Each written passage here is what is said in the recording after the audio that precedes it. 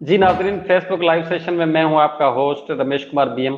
मेरा ताल्लुक डहरकी डिस्ट्रिक्ट घोटकी सिंध पाकिस्तान से है और मैं मुख्तलिफ लोगों से फेसबुक के थ्रू लाइव इंटरव्यूज लेता हूं और दुनिया वालों को कोशिश करते हैं कि ये दिखा सकें कि आप जैसे लोगों में से कुछ ऐसे लोग हैं जो खुद को कामयाब करने के लिए कुछ न कुछ काम कर रहे हैं और उनमें कोई ऐसी सलाहियत है जिसके थ्रू वो दुनिया के आगे आ रहे हैं। मैं चाहूंगा कि आप भी ऐसी कोशिश करें जिसमें आप में भी सलाहियत हो सके और कोशिश करें आप हर उस इंसान से सीखें, क्योंकि हम ये जो मराहल होता है ये सीखने और सिखाने वाला होता है। हम खुद सीखने वाले मराहल में हैं। तो मैं चाहूंगा कि आज जो मेरे साथ गेस्ट है मिस हिना सैफ फ्राम इस्लामाबाद, उनका ताल्लुक है, उसको मैं अपने शो में वेलकम कहूंगा और सलाम कहूंगा और हम कोशिश करेंगे कि हिना सैफ से कुछ ना कुछ सीख सकें और मैं ये भी कोशिश करूंगा कि आप भी यकीनन कुछ ना कुछ सीख सकेंगे, क्योंकि माशाल्लाह हिना सैफ का बहुत अच्छा एक्सपीरियंस है एज अ सोशल वर्कर और एज अ सोशल मीडिया के थ्रू और एज अ जॉब भी करती हैं। तो मैं चाहूंगा कि हिना सैफ अपना तारुफ खुद कराएं। जी हिना सैफ। जी, नाम तो अस्सलाम वालेकुम। पहले तो कुमार, कैसे हैं आप? वालेकुम ठीक हैं? सलाम। थैंक यू, सबको मेरी शुक्रिया। तरफ से सबको मेरी तरफ से सलाम। और वाल नाम तो जैसा नज़र आ रहा है सबको, हिना सैफ है और ताल्लुक मेरा इस्लामाबाद से है, जैसे रमेश ने बताया। इसके अलावा मैं जॉब करती हूँ मल्टीनेशनल में। काफ़ी लोगों को पता है खैर कि मैं कोका कोला में जॉब करती हूँ।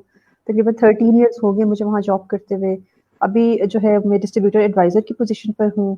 इसके अलावा जो है मैंने रिसेंटली जॉइन किया है सोशल मीडिया, जिसके ऊपर मैं एज़ अ इंटरव्यूज़ ले रही हूँ। थोड़ा अपना सोशल सर्कल बना रही हूँ। इसके अलावा as far as my personal life is concerned, तो I'm married and I have one kid. He's 6 years old और that's it I think. माशाल्लाह बेहतरीन।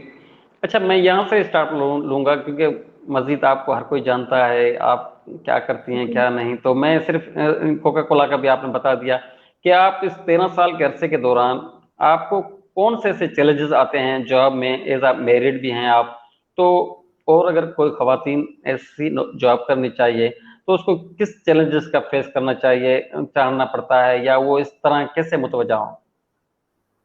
अच्छा, इसमें रमेश, मैं ऐसे कहूँगी कि डिफरेंट वर्क प्लेसेस के डिफरेंट चैलेंजेस होते हैं, ठीक है? आप अगर बैंक में काम कर रहे हो तो हो सकता है उसके थोड़े से डिफरेंट चैलेंजेस होंगे। आप किसी लोकल कंपनी में काम कर रहे हो तो उसके डिफरेंट चैलेंजेस होंगे। आप किसी मल्टीनेशनल में काम कर रहे हो तो उसके थोड़े कंपैरेटिवली कम, बीइंग फीमेल कंपैरेटिवली कम चैलेंजेस होंगे। तो इसलिए अगर मेरे को उस मामले में, हाँ, चैलेंजेस थोड़े बहुत थे, ऐसा नहीं है कि बिल्कुल भी नहीं थे, स्टार्ट में थे। क्योंकि जब फीमेल्स कम होती है किसी भी ऑर्गेनाइजेशन में तो उस वक्त ज़रा थोड़ा मुश्किल होता है लोगों के लिए अडॉप्ट करना ना, मेल्स के लिए अडॉप्ट करना। लेकिन ये कि फिर आहिस्ता-आहिस्ता जैसे-जैसे अवेयरनेस आती जाती है, जैसे-जैसे उनको ट्रेनिंग दी जाती है, ठीक है, मेल्स को कि नहीं फीमेल्स हैं, आपने कैसे उनको एक्सेप्ट करना है, कैसे आपने उनको अपने साथ काम में जो है इन्वॉल्व करना है, कैसे उनकी हेल्प करनी है, फिर मसले हल होते जाते हैं। इसके अलावा अगर मैं बात करूँ तो बहुत सारी जो अच्छी कंपनीज़ हैं, वहाँ पे डे केयर की फैसिलिटीज़ हैं, हमारे ऑफिस में भी है डे केयर की फैसिलिटीज़। तो बीइंग मदर जो है वो आपके लिए बहुत ईज़ी हो जाता है बच्चे को मैनेज, मतलब अब अगेन वही बात है कि मुश्किल तो होता है डेफिनेटली। अगर आप घर रह रहे हो, बच्चा घर में रख रहे हो, बच्चा घर में है, तो उसकी आप अच्छे तरीके से केयर कर रहे होते हो, ठीक है। अब आप अगर जॉब कर रहे हो, आप उसको साथ भी लेकर जा रहे हो, डे केयर में भी रख रहे हो, तो डेफिनेटली वो चैलेंजिंग तो है, आपके लिए मुश्किल तो है। ऐसा तो नहीं है कि वो सारे मसले हल हो जाएंगे अगर डे केयर हो जाएगा। तो इस तरह की चीजें के चैलेंजेस तो आपके साथ साथ चलते रहते हैं। लेकिन ये बात ये होती है कि आप उन चैलेंजेस को कैसे जो है उसके साथ कैसे कोप अप कर रहे हो, असल चीज ये होती है। तो मैं कहूंगी कि हाँ, फीमेल्स जो है वो शुरू में होता है कि जब जब जाती है तो जरा घबरा जाती है अक्सर ना, कि ये क्या हुआ है, घर से बाहर निकले। अब तो मैं आपको बताऊं, वैसे अब की अगर मैं बात करूँ, देखो मैंने जॉब स्टार्ट की थी 13 साल पहले। 13 साल पहले चीजें बहुत डिफरेंट थी, अभी से बहुत डिफरेंट थी, ठीक है। और अब बहुत फर्क आ गया है। अब लोगों में बहुत ज्यादा अवेयरनेस आ गई है। कंपनीज में, अच्छी कंपनीज में बाकायदा सेशन होते हैं, ठीक है, अवेयरनेस के, कि मेल्स ने कैसे ट्रीट करना है फीमेल्स को बताया जाता है कि अगर आपके साथ कोई ऐसा इशू होता है, कोई हरासमेंट का इशू होता है, आपने उसको कंप्लेंट करना है, आपने वॉइस आउट करना है, आपने चुप नहीं रहना। और फिर उस चीज को सॉल्व भी किया जाता है, ये नहीं कि सिर्फ बस ऐसी बात कर दी और छोड़ दिया गया। तो इस तरह के चैलेंजेस होते हैं। फिर अगेन कुछ जॉब्स होती है जिसमें जिसमें आप सिर्फ अपने ऑफिस में काम करना है, तो डेफिनेटली वो कंपैरेटिवली इतनी चैलेंजिंग नहीं होती। अब अगर आपने बाहर मार्केट में जाना है तो वो एक और चैलेंज है, और वो फीमेल्स के लिए ज्यादा चैलेंज है कि मार्केट की जॉब करना। तो मैंने ये है कि वो भी किया हुआ है, मार्केट भी गई हुई हूँ, डिस्ट्रीब्यूशन की भी मैंने देखा हुआ है, तकरीबन सारा एक्सपोजर है मेरा। तो मैंने मैंने तो बहुत स्टेप बाय स्टेप किया था। पहले मैंने ऑफिस के अंदर तक ही मैं रही थी। जब मैं यूज्ड टू हो गई, हाँ, जब मुझे लगा कि नहीं, अब मैं मेंटली इतनी प्रिपेयर हो चुकी हूँ, मैं इतनी मैच्योर हो चुकी हूँ कि अगर मैं मार्केट में जाती हूँ, मेरे साथ कोई मसला होता है तो मैं हैंडल कर सकती हूँ। तो फिर उस वक्त मैंने ऐसी जॉब का सिलेक्शन की थी कि जिसमें मैं थोड़ा सा एक्सपोजर हो सके और मैं बाहर भी जा सकूँ। तो बाहर जाने में भी डेफिनेटली डेफिनेटली चैलेंजेस तो होते हैं। अब बात वही है कि पांचों उंगलियां बराबर नहीं होती। अगर आप मार्केट में भी जा रहे हो, दो लोग आपसे कॉपरेट नहीं कर रहे, तो तीन चार ऐसे लोग होंगे जो आपकी बीइंग फीमेल बहुत रिस्पेक्ट करते हैं, बहुत आपका ख्याल रखते हैं। तो बस यही है कि फिर आपको ना वो उस नेगेटिविटी को पीछे छोड़ के आपको सिर्फ और सिर्फ पॉजिटिव लोगों को देखना पड़ता है। तो मेन में यही कहूंगी, चैलेंजेस हैं, बीइंग फीमेल बिल्कुल हैं, लेकिन ये कि इतने ज्यादा नहीं है। अब के मैं अगर बात करूं, अब के दौर की बात करूं, इतने ज्यादा नहीं है कि जिनको आप फेस ना कर सकें। थोड़ी सी हिम्मत, थोड़ी सी जज्बा होना चाहिए, तो आप जो है वो इन चैलेंजेस को कोप अप कर लेते हो, इनके साथ कोई इतना बड़ा इशू नहीं है। इसलिए मैं तो कहूंगी फीमेल्स को कि उनको उनको अगर बाहर कंपनी में जॉब करने का शौक है, मार्केटिंग की जॉब करने का शौक है, बिल्कुल कर सकती हूँ, कोई इशू नहीं है। अब तो कोई इशू नहीं है, अब तो बहुत ज्यादा ट्रेंड आ गया। अब तो हर जगह, हर अच्छी कंपनी में देख लें, बाकायदा बल्कि कोटा होता है कि इतनी परसेंट हमने फीमेल्स रखनी रखनी है। तो अब तो हर कंपनी में ये चीज चल रही है, तो अब इतना इशू नहीं है। टाइमिंग्स का, हाँ, एक चैलेंज टाइम का भी होता है। टाइमिंग्स का थोड़ा चैलेंज होता है। जरा जब आप सेल्स में होते हो या इस तरह की कंपनी में होते हो, आपको बाज दफा टाइमिंग्स आपके 5 है लेकिन 6 भी हो जाएंगे, हो सकता है आपको 7 भी हो जाए, कोई क्लोजिंग है, मंथ एंड है और ज्यादा टाइम ऊपर चला जाए, तो वो भी थोड़ा चैलेंजिंग होता है कि आपने अगर घर देखना है साथ में, तो बाकी चीजें मैनेज करनी है। फिर डेफिनेटली आपको एक हेल्पिंग हैंड, मतलब हर चैलेंज का ना एक तोड़ है, आप उसको किसी न किसी तरीके से हल कर सकते हो। अब घर का मसला, ज़ाहिर आपको एक हेल्पिंग हैंड चाहिए, आप कोई हेल्पर रख सकते हो, घर का मसला हल हो जाएगा। डेफिनेटली ऑफिस जा रहे हो तो आप ऐसे तो नहीं जा रहे, आपको सैलरी तो मिल ही रही है, उसमें से थोड़ा सा पोर्शन आप लगा दोगे तो वो आपका मसला हल हो जाएगा। तो चैलेंज है, लेकिन हर चैलेंज के साथ उसका सोल्यूशन भी है। कोई चैलेंज ऐसा नहीं है जो कि हल ना हो सकता हो। अच्छा, वैसे देखा जाए कि जितने खवातीन के हकूक है उतने ही मर्दों के हकूक है, लेकिन फिर भी इस मुआशरे में देखा जाए तो खवातीन को कम हकूक मिलते हैं, जो मेरा आइडियाज है। जी, तो इस मुतालिक जी। आपका क्या कहना है? आप एज अ फीमेल कैसे देखते हैं इस अच्छा देखो, रमेश, अगर मैं उससे से बात करूँ तो मेरा एक्सपोजर जो ज़्यादा रहा है, ज़ाहिर है इस्लामाबाद में रहा है, सिटी में रहा है, मेरा उस तरह के इलाकों में जाना हुआ नहीं है जहाँ पे ज़्यादा ये चीज़ें होती हैं। तो मैं कहूँगी मैं बहुत ज़्यादा तो शायद बात ना कर सकूँ। वही है जो जिस तरह हम लोग टीवी पे देखते हैं या अखबार में पढ़ते हैं कि इन इन खवातीन के साथ ये हो गया। लेकिन पर्सनली अगर मैं कहूँ तो पर्सनली शायद मेरा इतना एक्सपोजर नहीं रहा हुआ कि मैं खुद जाके देखूँ। तो अब खैर मैं इस चीज़ में आई हूँ डेफिनेटली। अब मुझे काफ़ी फीमेल्स के मैसेजेस भी आते हैं, ठीक है? वो कहती हैं हम कुछ करना चाहती हैं, हम घर में, आप हमें बताएँ, हम कैसे हिम्मत करें, हम कैसे बाहर निकलें? फिर वो साथ ही बेचारी ये लिख रही होती हैं, कहती है कि हम लोग बाहर उस तरह से निकल नहीं सकते। अब इंटरव्यू करने का, आप इंटरव्यू करती है तो हमें अच्छा लगता है, हमारा दिल चाहता है हम इंटरव्यू करें, लेकिन हमें परमिशन नहीं है कि हम जो है वो सोशल मीडिया पे आ सकें। तो इस तरह की चीज़ें वो कर रही होती हैं। और अ अब अगर मैं बात करूं बहुत इस तरह के एरियाज की, दूर दराज के गांव देहात के एरियाज की बात करूं, तो हाँ, वहाँ वहाँ पे जो है वो इस तरह के चैलेंजेस है। लेकिन अगर आप यहाँ पे देखें, आप इस्लामाबाद इस तरह सिटी है, तो यहाँ पे तो ऐसा ऐसा कुछ नहीं है कि औरतों के जो हकूक है उनको नहीं मिल रहे और मर्दों के मिल रहे हैं। यहाँ पे तो मतलब जहाँ पे भी देखे तो मतलब बिल्कुल मर्दों के शाना बशाना चल रही हैं औरतें, उन्हें उन्हें सारे राइट्स। यहाँ पे मैं सिर्फ सिटी की बात कर रही हूँ, मैं अपने इर्द गिर्द की बात कर रही हूँ। हाँ, अगर मैं ऑनेस्टली स्पीकिंग मैं उस बारे में बात नहीं कर सकती, इसलिए कि मेरा खुद का इतना एक्सपोजर है नहीं इन एरियाज का। वो वही है जो टीवी में देख रहे, जो मैं प्रोग्राम्स में देख रही होती हूँ कि इस पे ये जुल्म हो गया बेचारी। आज आज भी, हाँ, आज मैं देख रही थी कि ये रमजान की बात है कि किसी खातून की लड़की, बल्कि उसकी आई हुई थी, पिक्चर आई हुई थी कि उसके हस्बैंड ने सहरी के वक्त पता नहीं उसको जला के और मार दिया, उस बेचारी की डेथ हो गई हुई थी। तो इस तरह की चीजें तो है खैर खवातीन की। वो ये है कि उसपे तो भी हमें बहुत काम करने की ज़रूरत है, बहुत, यानी कि काम क्या करने की ज़रूरत है, उसपे हमें मेंटालिटी चेंज करने की ज़रूरत है। जब तक ये चेंज नहीं होगी ना, तब तक मेरा नहीं ख्याल कि अभी तो वो, अब मैं खैर इस पे बात नहीं करना चाह रही, बात किसी और तरफ निकल जाएगी। क्योंकि जब भी खवातीन आवाज़ उठाती हैं, ठीक है, तो सबसे पहली बात है कि मर्दों को ये समझ नहीं आता ना कि ये क्यों आवाज़ उठा रही है। उनको लगता है कि पता नहीं इस्लाम के दायरे से बाहर निकल रही है, क्या कर रही है, मतलब अपना हक। अब देखिए, सोच की बात है ना, आप उस बात को ले कैसे रहे हो, आप उसको कैसे रिसीव कर रहे हो, ये तो अगले बंदे पे है। अगर मैं कहती हूँ मुझे मेरा हक चाहिए, अब मुझसे आके पूछो तो सही ना भाई, मैं क्या हक में, ये तो नहीं कह रही कि मैं जाके रोडों पे खड़ी हो जाऊंगी बैनर लेके, मैं ये तो नहीं बोल रही। मैं हक से मुराद ये कर रही हूँ कि मैं कह रही हूँ कि मेरे जो इस्लाम के दायरे में रह के मेरे जो हकूक मिलते हैं मुझे वो मिल जाए। तो इस पे तो एक बहुत लंबी डिटेल डिस्कशन हो सकती है और बड़ी कंट्रोवर्शियल किस्म की हो सकती है, इसलिए मैं इस टॉपिक पे बहुत ज्यादा नहीं जा रही, क्योंकि डेफिनेटली मेरा कोई बहुत उसका इसका एक्सपोजर है नहीं। अच्छा, जैसे आप कोका कोला में 13 साल से गुज़श्ता से जॉब कर रही हैं, आपका फील्ड वर्क भी है, तो क्या समझती हैं आपको इस फील्ड वर्क में मज़ीद रहना चाहिए या आपकी फ्यूचर प्लानिंग कोई और है, आप इससे मज़ीद भी काम कर सकती हैं मुख्तलिफ फील्ड्स में? तो इस हवाले से आपका क्या कहना है? अच्छा, अभी तक जो मैं रमेश फील्ड में काम कर रही थी, मैं ये काम कर रही थी कि मैं डिस्ट्रीब्यूशन के हद तक थी, ठीक है। और मार्केट मेरा कभी कभार जाना होता था ऑडिट के लिए, मैं डायरेक्ट सेल्स में नहीं थी। तो अब मैं देख रही हूँ कि जब मुझे हो रहा है कि बाकी फीमेल्स भी सेल्स में आई हैं, और अब फिर मैं देख रही हूँ बहुत अच्छी अच्छी कंपनी सेल्स में हायरिंग कर रही हैं।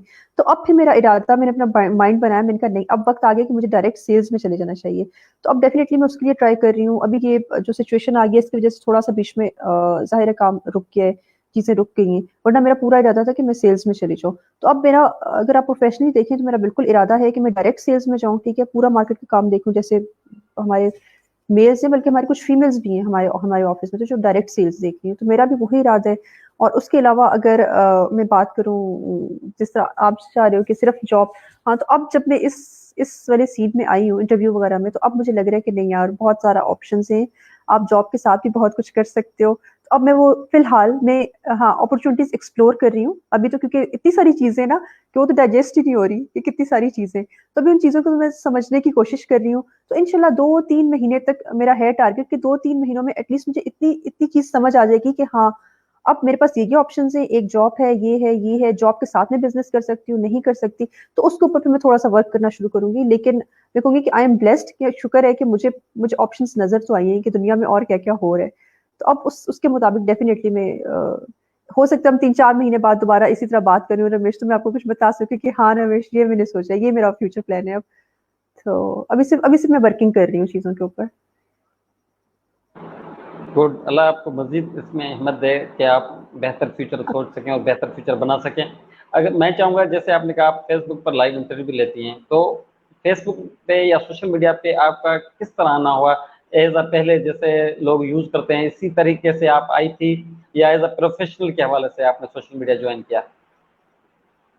अच्छा, अब सोशल मीडिया की अगर मैं आपको बात बताऊं ना, तो मेरा ना तो कैसे ऐसा कोई इरादा था, बिल्कुल भी कभी भी मेरा कोई कोई ऐसा इरादा नहीं था कि मैं सोशल मीडिया ज्वाइन करूंगी।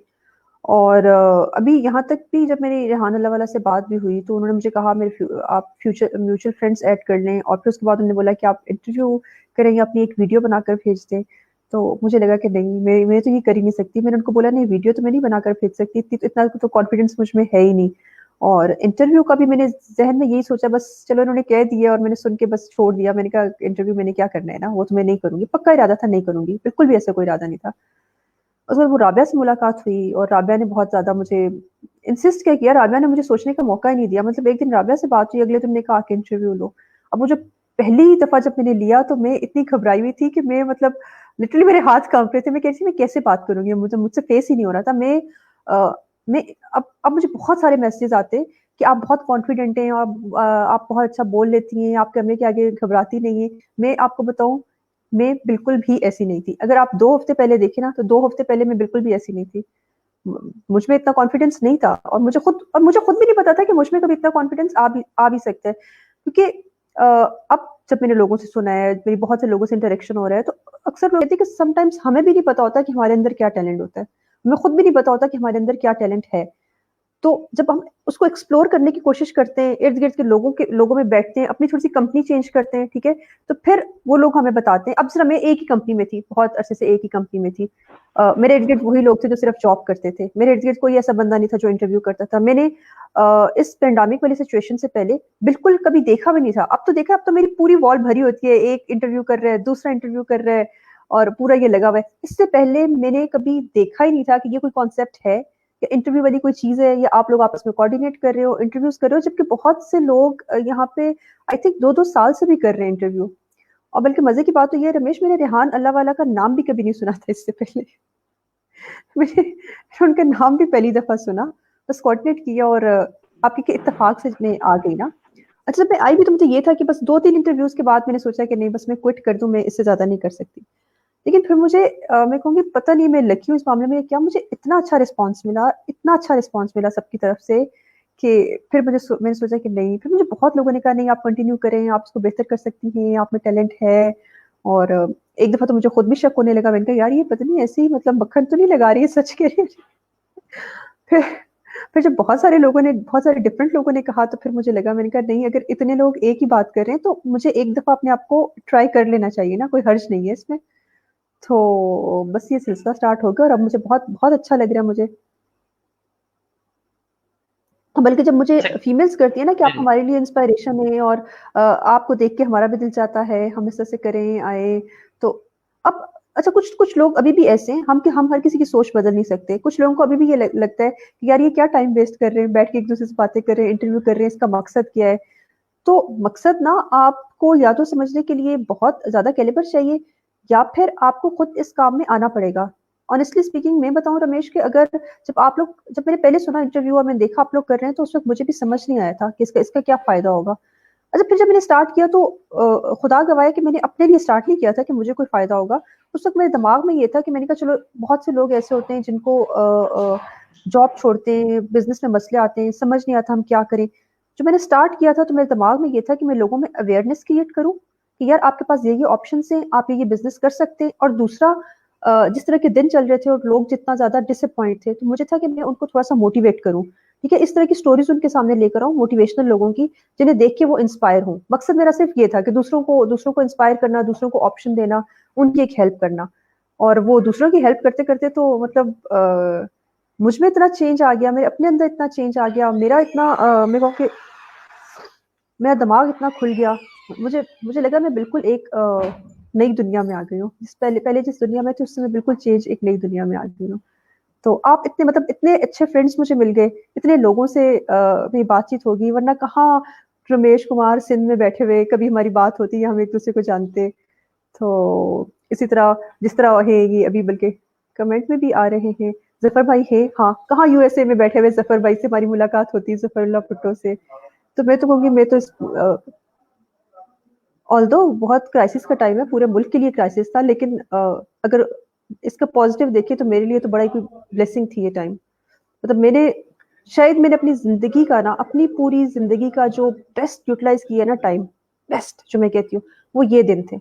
मतलब ये वो दिन थे कि जो मैं कहती हूँ मैंने वाकई बड़े अच्छी तरह से यूटिलाइज किया अपने अपनी जिंदगी का ये टाइम। वरना तो वही थी एक रूटीन, सुबह उठो, ऑफिस जाओ, वापस आओ, खाओ पियो, ऑफिस जाओ, सोयो, उठो, मतलब एक एक वही रूटीन चल रही थी, कुछ पता नहीं था दुनिया में क्या हो रहा है।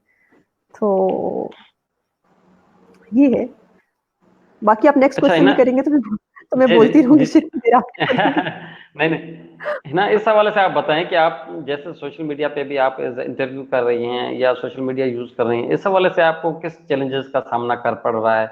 क्या दूसरी खवातीन को भी इस फील्ड में आना चाहिए, अपने आप को मुतारफ कराना चाहिए, तो क्या आप कहेंगे इस हवाले से?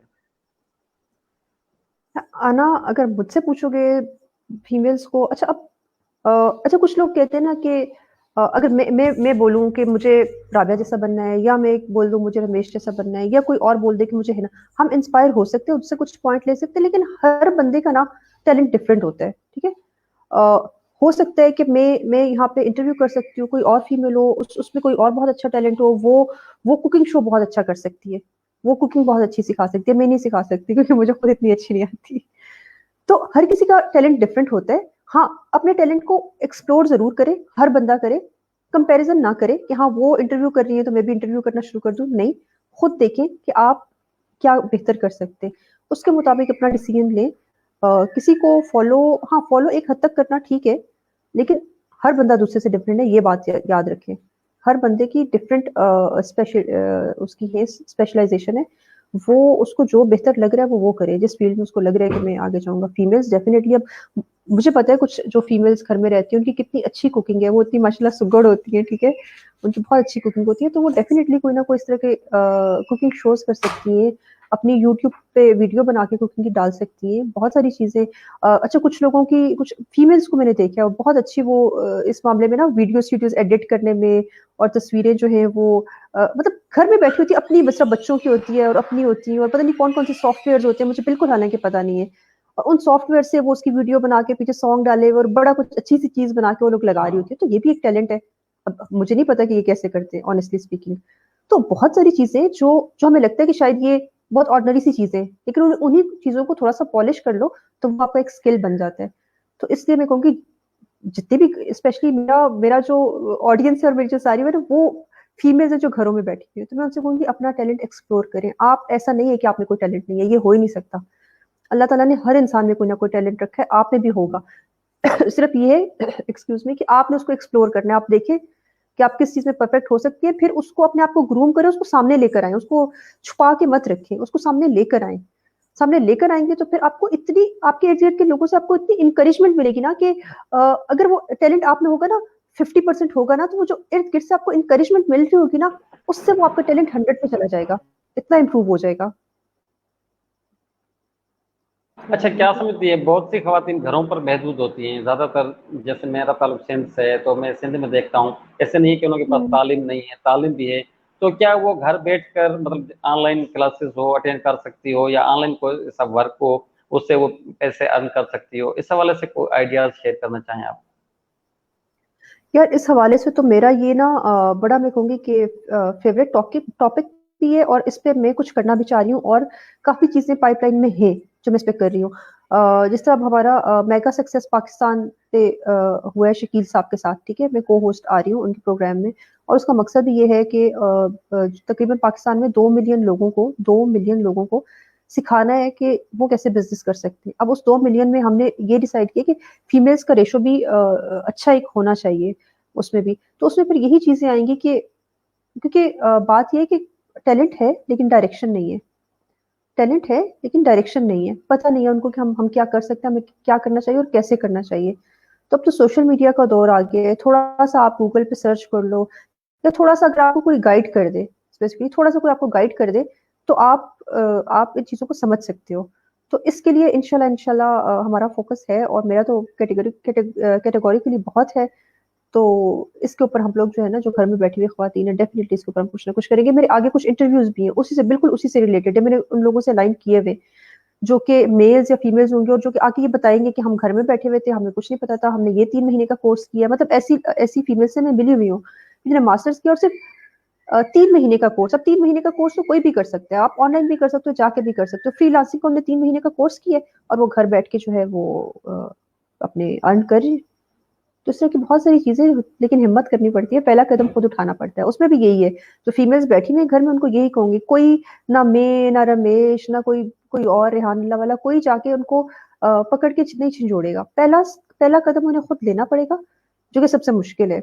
एक दफ़ा पहला कदम जब ले लेंगे ना, तो फिर आगे अल्लाह ताला उनके लिए खुद रास्ते आसान कर देगा। हुँ।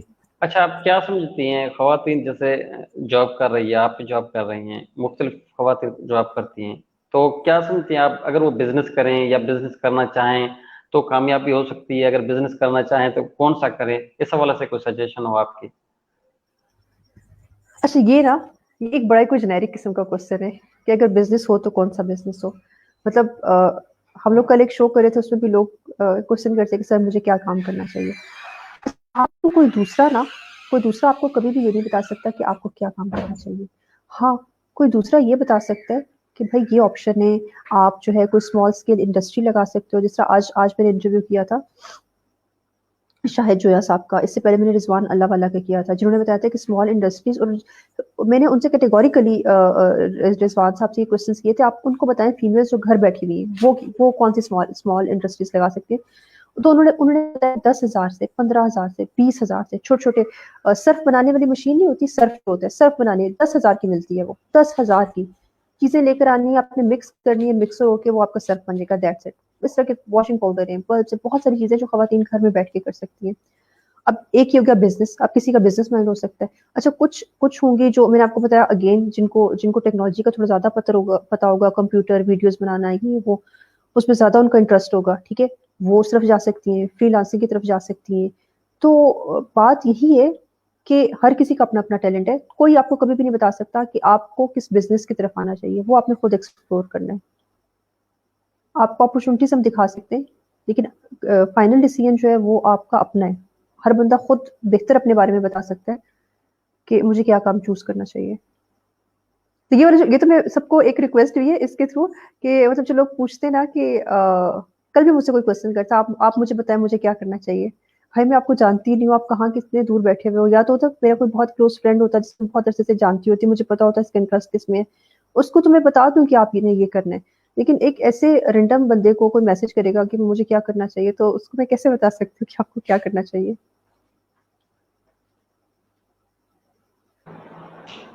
अच्छा, सोशल वर्क के हिसाब से मुख्तलिफ खवातीन एनजीओज में भी काम करती हैं, तो उस हवाले से कितना अवेयरनेस डिलीवर होता है, मतलब खवातीन के हकूक के हवाले से या बिजनेस के हवाले से, उसको आप कैसे देखती हैं? यार उसको तो मेरी मेरी कुछ खवातीन से मुलाकात भी हुई है, बल्कि मैंने एक तारा तारा दाऊद है, उनका इंटरव्यू भी किया था। इसके अलावा भी मैं बहुत सी ऐसी खवातीन को जानती हूँ जो ये काम कर रही है। मेरी एक फ्रेंड है, उनका तो बल्कि पेशावर में स्कूल है, उनका भी मैं इंशाल्लाह वेरी सून उनका इंटरव्यू करूँगी। स्कूल है उनका सिर्फ बच्चियों का, फीमेल्स का। तो जो मैं आपको दूसरा बता रही हूँ, कुछ ऐसे फंड्स वगैरह है, ठीक है, जो प्रोवाइड किए जा रहे हैं फीमेल्स को बिजनेस करने के लिए। तो एनजीओ वगैरह काम तो बहुत कर रही हैं, और बहुत ज़्यादा खवातीन को उन्होंने कनेक्ट भी किया हुआ है उसके थ्रू।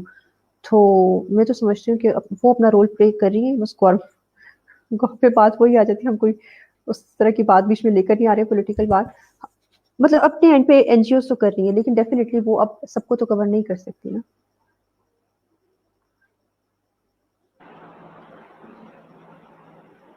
अच्छा, आप एज अ जॉब ना करती तो आप एज अ क्या होती, आपकी ख्वाहिशात वैसे क्या थी? अच्छा, अगेन वही हमारा एक जो यहाँ का बहुत बड़ा अलमिया है ना खवातीन का, और मेरा भी वही था कि डायरेक्शन नहीं थी, मुझे नहीं पता था कि मैंने क्या करना है। मतलब मैंने मैंने मास्टर्स कर लिया, मास्टर्स में मैंने ये किया कि अच्छा चलो ठीक है, अगर हो गया मास्टर्स तो ठीक है, अब बीच में शादी होगी तो क्या कर सकते हो जाएगी फिर। तो अब जब मास्टर्स भी हुआ तो मैंने पहले भी एक बताया कि मैंने तो 3 जगह अप्लाई किया था, मेरे 1-2 जगह एडमिशन हुए उस पे सेल्फ पे आपने फीस पे करनी होती है, और मेरे यहाँ पे हुआ मेरिट पे। तो मैंने सोचा पता नहीं जॉब शादी के बाद करनी हो या ना करनी हो, तो बेहतर है कि मैं मेरिट वाला अडॉप्ट कर लेती हूँ, मेरिट पे कर लेती हूँ, माँ बाप पे पैसे खर्च नहीं करती कि क्या पता जॉब करनी है या नहीं करनी। तो वो बस करते-करते फिर मास्टर्स हुआ, उसके बाद जॉब करना शुरू हो गई, और वो भी मतलब इत्तेफ़ाक़न ही कि बस अब डायरेक्शन कोई नहीं थी कि जॉब करनी है तो करनी है। इत्तेफ़ाक ये हुआ कि अच्छी कंपनी में जॉब मिल गई। अब कुछ नहीं सोचा हुआ था, बैंक में करनी है, मल्टीनेशनल में करनी है, एफएमसी में सीजी में जाना है। जब बैंक में गई 1 साल जॉब की तो पता लगा कि नहीं यार, बैंक तो मतलब पहले था कि हाँ, बैंक में जाऊँगी। फिर उस वक़्त पता लगा नहीं, बैंक तो बड़ा बोरिंग सा है, ये तो मेरे काम की चीज़ नहीं है। फिर 1 साल के बाद मैंने बैंक छोड़ के यहाँ स्विच कर लिया था। जबरदस्त। तो अब तो मैं कहती हूँ अच्छा। कि अब तो डायरेक्शन है आप लोगों के पास। जी अब तो जी। आप सोशल मीडिया के थ्रू ना जी जी। डिसाइड कर सकते हो कि आपको क्या करना है लाइफ में। अच्छा, आखिर में मैं चाहूँगा, बहुत से लोग आपको देख रहे हैं, यकीनन बाद में भी देखेंगे, को ऐसा मोटिवेशनल मैसेज दें आप लोगों को, स्पेशल खवातीन को भी, कि उसको आगे कैसा आना चाहिए?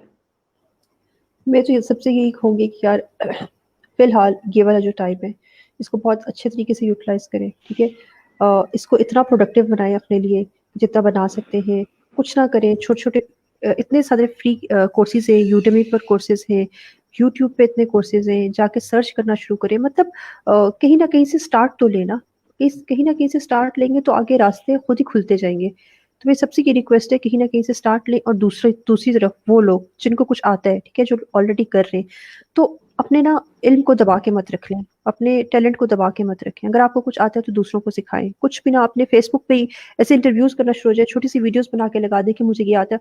कुछ नहीं, इतना आके कह दें कि मैं ये काम कर रहा हूँ, अगर आप ये काम करना चाहते हैं या कोई इसमें इंटरेस्टेड है, तो वो मुझसे राब्ता कर ले, मैं उसकी हेल्प कर दूँगा। अगर आप ये कहते हो ना कि मैं बहुत ज़्यादा अच्छा नहीं हूँ बोलने में, मैं बहुत ज़्यादा अच्छा स्पीकर नहीं हूँ, यूट्यूब पे आके बोल नहीं सकता, इतना तो आप कर सकते हो ना। आप अपने फ़ेस चलो आप बोल भी नहीं सकते, मैं कहती हूँ आप अपने फ़ेसबुक पे एक स्टेटस लगा दो, मैं ये काम कर रहा हूँ, मुझे ये काम आता है, मेरी ये स्पेशलिटीज़ हैं, और बिल्कुल। अगर कोई सीखना चाहता है तो आई एम अवेलेबल, मैं उसको सिखा सकता हूँ, ठीक है? मेरे को जी जी। इतनी बड़ी हेल्प हो जाएगी ना ये उन लोगों की, इतनी बड़ी हेल्प हो जाएगी ये, कि आप सोच भी नहीं सकते, हो सकता है इससे किसी की ज़िंदगी जो है वो सँवर जाए, और सिर्फ़ ज़िंदगी नहीं होगी वो, ज़ाहिर है उसका पूरी फैमिली है। एक नस्ल आप का भला कर दोगे, आपकी छोटी सी एक है, तो ये जो देने वाली सिफ्त है ना, ये आपके अंदर होनी चाहिए। भले देने से मुराद सिर्फ पैसा ही नहीं होता कि आपने किसी को पैसा देना है। आपको कुछ आता है, कोई इल्म है, आप किसी को सिखा दो, कोई हुनर है, आप किसी को सिखा दो, कुछ भी आप किसी को दे सकते हो, कोई बिल्कुल अच्छी बात है, आप वो किसी को दे सकते हो, तसल्ली दे सकते हो, आप किसी को मोटिवेशन दे सकते हो। ये भी बहुत बड़ी चीज होती है। तसल्ली दे दो, मोटिवेशन दे दो।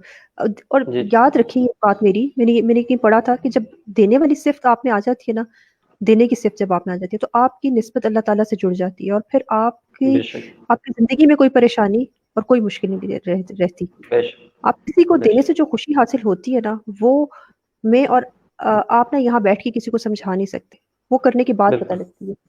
बिल्कुल। उसका कोई कंपैरिजन नहीं है। तो बस यही है मेरा मैसेज। जी बहुत शुक्रिया ना सैफ, आपने मैं अपना कीमती वक्त दिया।